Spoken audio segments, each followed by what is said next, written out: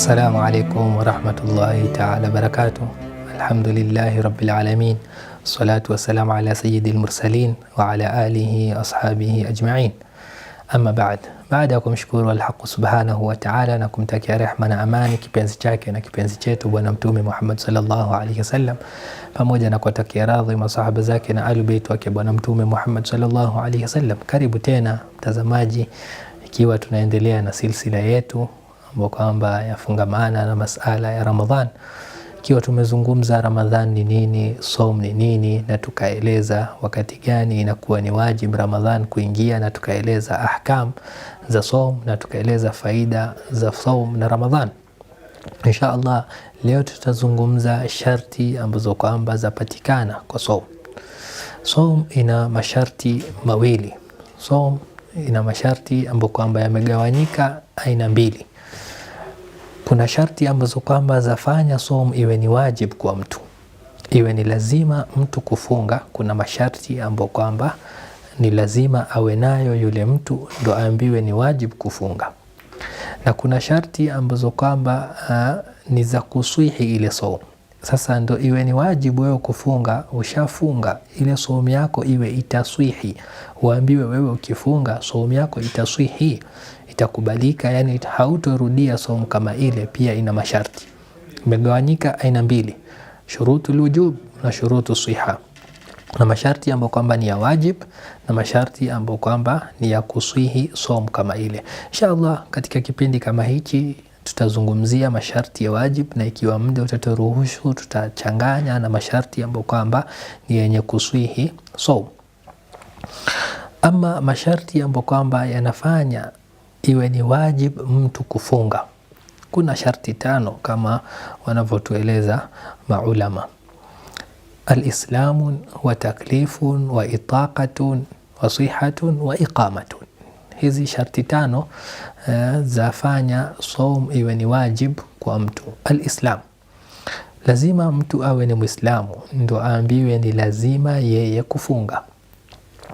Kama tunavyojua Mtume sallallahu alaihi wasallam ametumilizwa kwa umma mzima, na umma umebeba waliokuwa Waislamu na wasokuwa hata Waislamu, na amri inapokuja ya kufunga haijaambiwa kuwa ni Waislamu peke yake. Ndio ya ayyuhalladhina amanu imekuja kwa wale ambao kwamba wameamini lazima wawe ni wenye kufunga, lakini hawa ambao kwamba si Waislamu lau watakufa kwa njia kama ile watakwenda kuadhibiwa. Kwa nini? Hawakutekeleza ibada kama ile. Sasa ni lazima uwe ni Muislamu ndo iwe ni wajib kwako kufunga. Yule ambaye kwamba si Muislamu si wajib kwake kufunga, lakini atakikana awe ni mwenye kufunga, kwa sababu akifa katika hali kama ile atakuwa ni mwenye kuadhibiwa kwa nini hakufunga. Na lau hata atafunga kwa kuwa aogopa kuwa atakwenda kuadhibiwa, lau akaamua sasa yeye atafunga ikiwa bado si Muislamu, saum yake si wajib kwake, na pia saum yake haitokuwa ni yenye kuswihi na haitokubaliwa.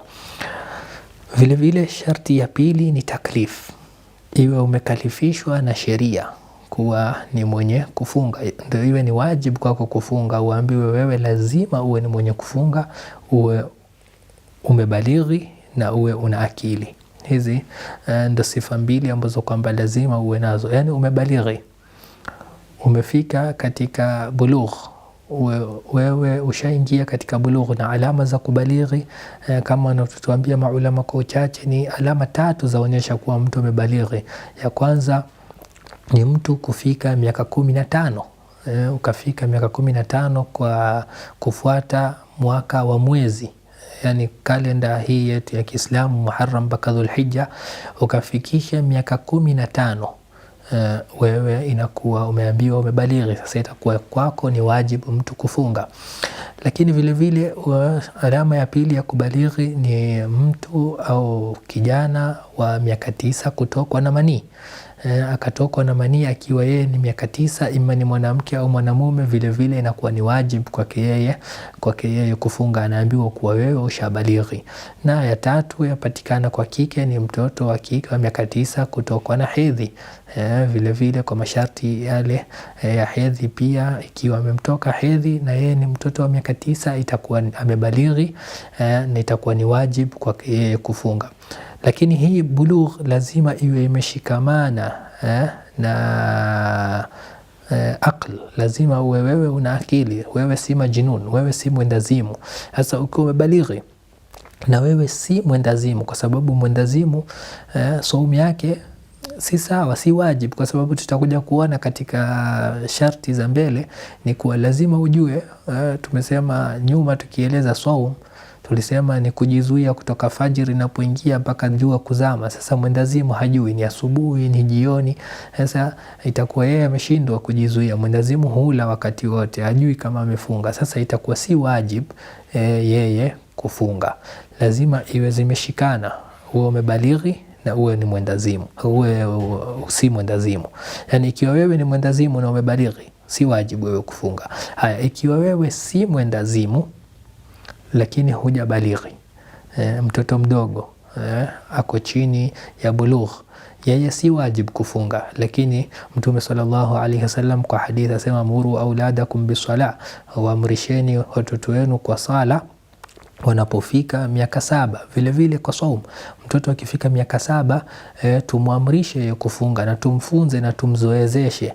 Na akifika miaka 10 hutiwa na adabu kidogo, ili kujua hii ni ibada, ili akifika miaka ya kuwa shabalighi itakuwa ni rahisi kwake yeye afundishwe yule mtoto. Hii ni sharti ya pili, lazima uwe umekalifishwa na sheria, yani umebalighi na uwe una akili ambapo kwamba iko timamu, ndio itakuwa ni wajibu kwako wewe kufunga. Ama sharti ya 3 ni itaqatun, uwe wewe una uwezo wa kufunga. Uwe una uwezo, itakuwa ni wajibu kwako wewe. Uwezo ni nini?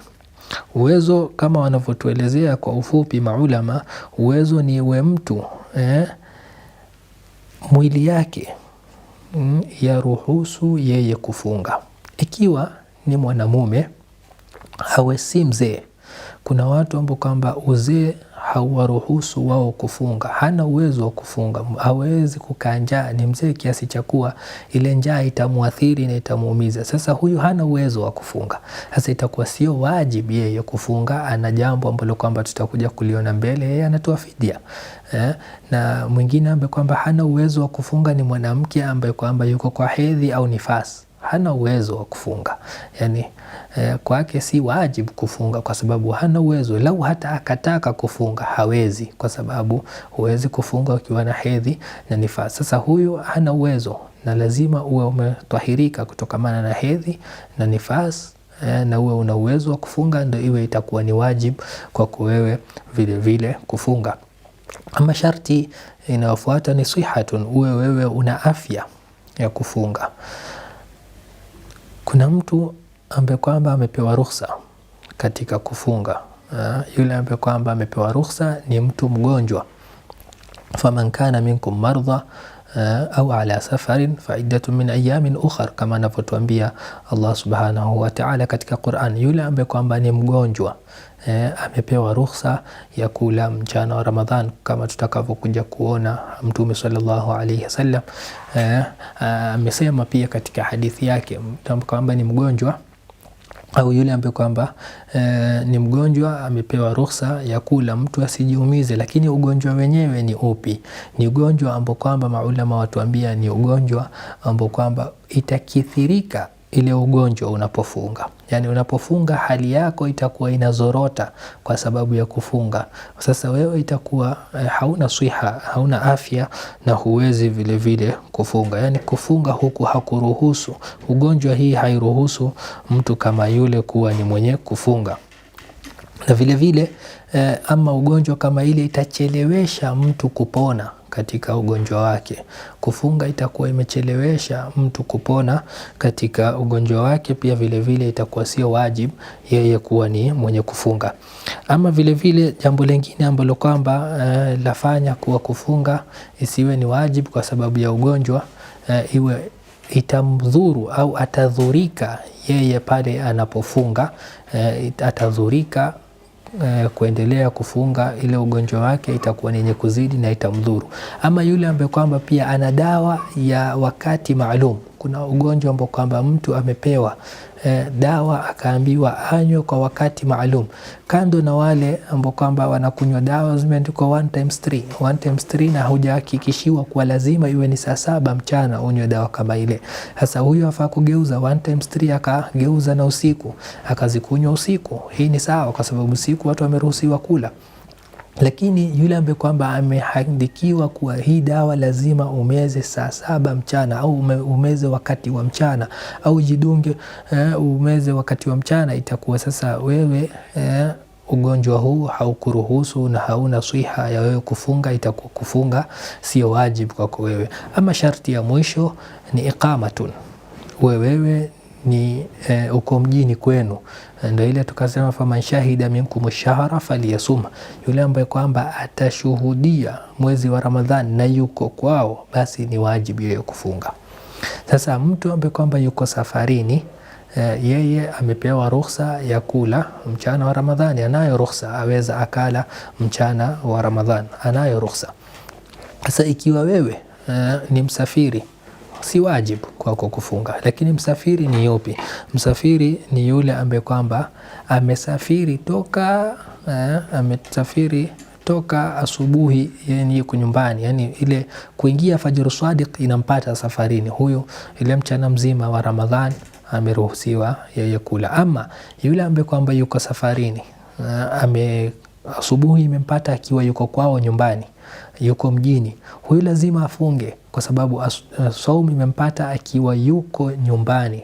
Sasa atamka na saumu. Ikiwa imepatikana na safari mchana, aweza akafungua katika safari yake, kwa hadithi ya Mtume sallallahu alaihi wasallam alikuwa akisafiri wakati wa Ramadhani, tena amefunga Mtume sallallahu alaihi wasallam wakiwa safarini, saumu ikawa ni kali na wako safarini. Mtume sallallahu alaihi wasallam akachukua chombo cha maji akanywa, na maswahaba kwa kumuona Mtume sallallahu alaihi wasallam amekunywa maji kama yale, pia na wao vile vile wakawa ni wenye kufungua. Sasa yule ambaye kwamba yuko safarini amepewa ruhusa vile vile ya kula mchana wa Ramadhani, lakini safari yenyewe iwe ni yale masafa ambayo kwamba mtu aweza akapunguza. Maulama watuambia kuanzia 80 to 81, 82 kilometers, hii ndio itahesabika kuwa ni masafa ambayo kwamba ni ya safari. Lakini ni bora yule ambaye kwamba ana uwezo katika safari kama ile, ikiwa yeye aweza kukamilisha kufunga, basi itakuwa ni bora kwake yeye, kwa sababu atapata zile fadhila akiwa ndani ya mwezi wa Ramadhani kuliko kuja kuzilipa nje katika mwezi ambao kwamba sio wa Ramadhani. Inshallah, kwa kifupi, haya ndo masharti ambayo kwamba yawajibisha saum na yafanya saum iwe ni wajibu kwa mtu. Tumombe Allah subhanahu wa ta'ala tubarikia, tutakabalie Ramadhani yetu, awe ni mwenye kutusamehe madhambi yetu, tuingize katika pepo yake na tuondoshe katika moto wake. Sallallahu ala sayyidina Muhammadin wa ala alihi wa sahbihi wasallam, walhamdulillahi rabbil alamin.